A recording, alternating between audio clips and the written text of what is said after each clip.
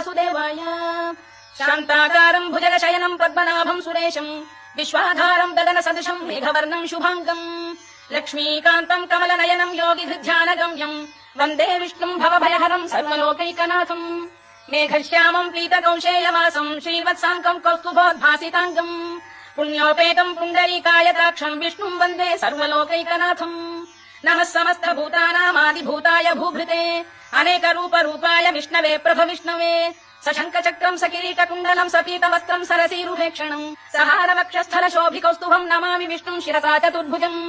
छायायाम् पारिजातस्य हेम सिंहासनोपरि आसीनमम्बुदश्याममायताक्षमलङ्कृतम् चन्द्राननम् चतुर्बाहुम् श्रीवत्साङ्कितवक्षसम्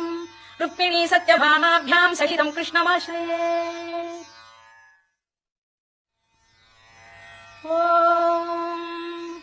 विश्वम् विष्णुर्वषत्कारो भूतभव्य भवत्